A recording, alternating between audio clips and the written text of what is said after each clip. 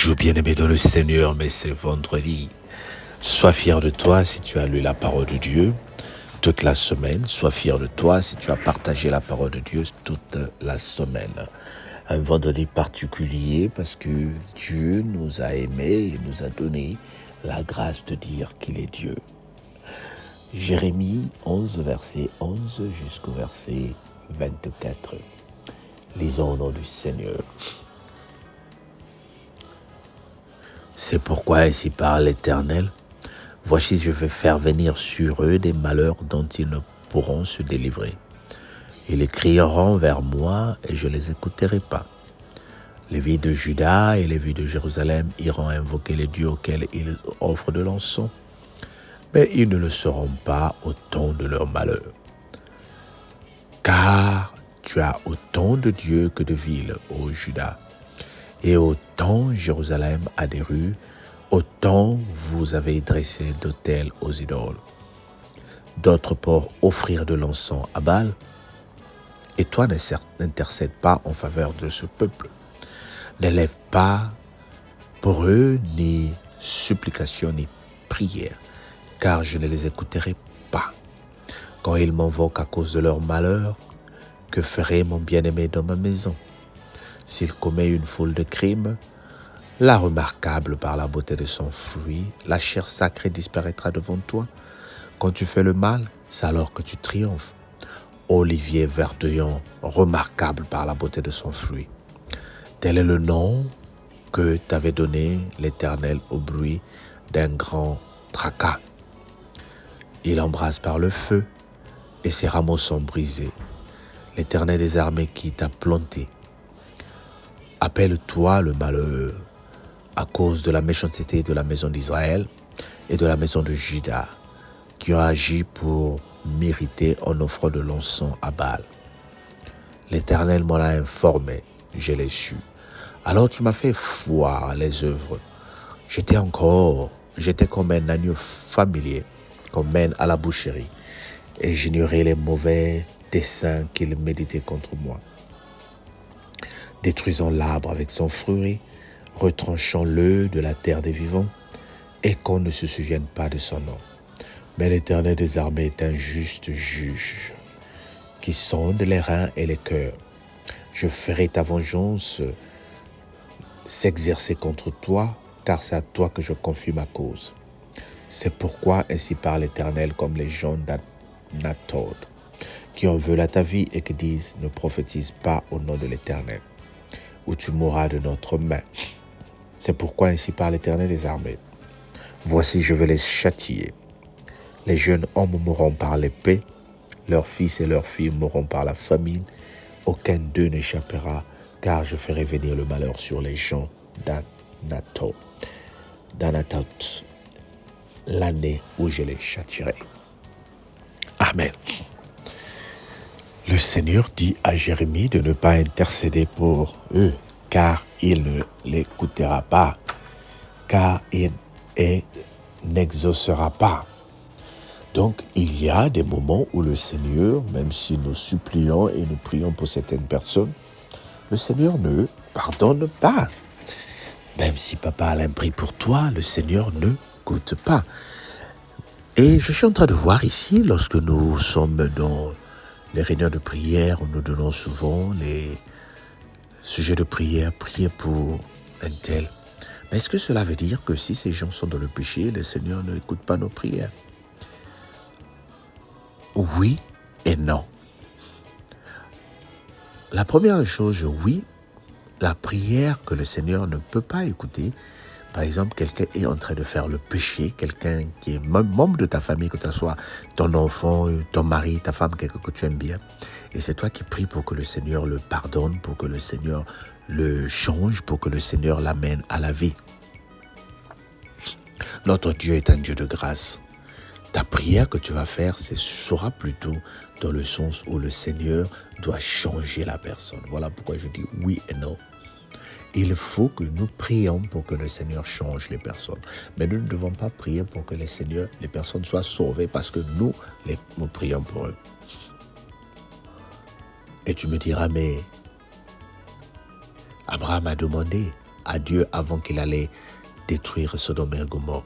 Dieu, si tu trouvais un seul homme juste dans ce pays, ou 10 hommes justes, est-ce que tu épargneras le pays? Le Dieu dit oui, mais je n'en ai pas trouvé. Donc tu vois, Dieu veut la justice, Dieu veut les hommes justes. Aujourd'hui, tu vas dire, mais souvent nous prions et nous disons que nos familles sont sauvées à cause de nous. Oui, parce que nous sommes les membres de cette famille. Mais quand il s'agit de la repentance, toi tu dois prier pour que le Seigneur te donne le zèle. Moi je dois prier pour que le Seigneur me donne le zèle de prêcher la repentance à ma famille, de prêcher la repentance aux drogués, aux méchants de ma famille, pour qu'ils changent. Mais ma prière ne peut pas faire qu'automatiquement qu'ils soient sauvés. Ma prière ne peut pas faire automatiquement qu'ils soient épargnés du jugement éternel. Notre prière, c'est de prier. Alors, bien-aimés, nous devons intercéder pour que le Seigneur, que la parole de Dieu touche toutes les personnes qui sont à côté de la grâce de Dieu. Les voyous, les méchants, les bandits, les pécheurs. Que le Seigneur les aide. Que le Seigneur les aide. Tu vas dire, mais est-ce que toi et moi, nous ne sommes pas des pécheurs? Si, nous sommes des pécheurs. Mais nous sommes dans une période où nous avons la grâce du pardon. Toi et moi, lorsque nous tombons dans le péché, nous nous confessons et le Seigneur nous fait grâce et nous ramène vers lui. C'est la même chose que nous devons faire, que la grâce de Dieu tombe dans la vie de ceux qui sont à côté de la parole de Dieu. Que la grâce de Dieu tombe dans la vie de ceux qui cherchent la main de Dieu. Cette parole que je t'envoie ce matin, c'est pour t'encourager à prier pour ta famille.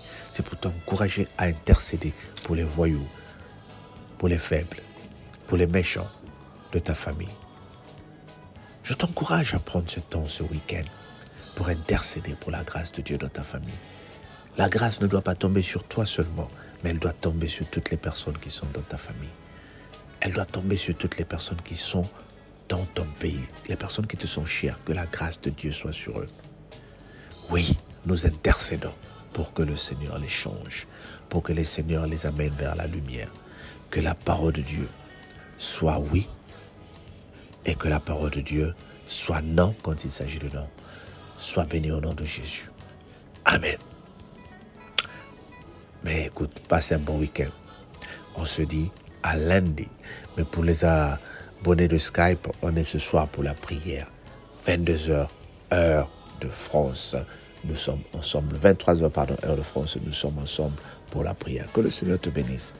Bye bye.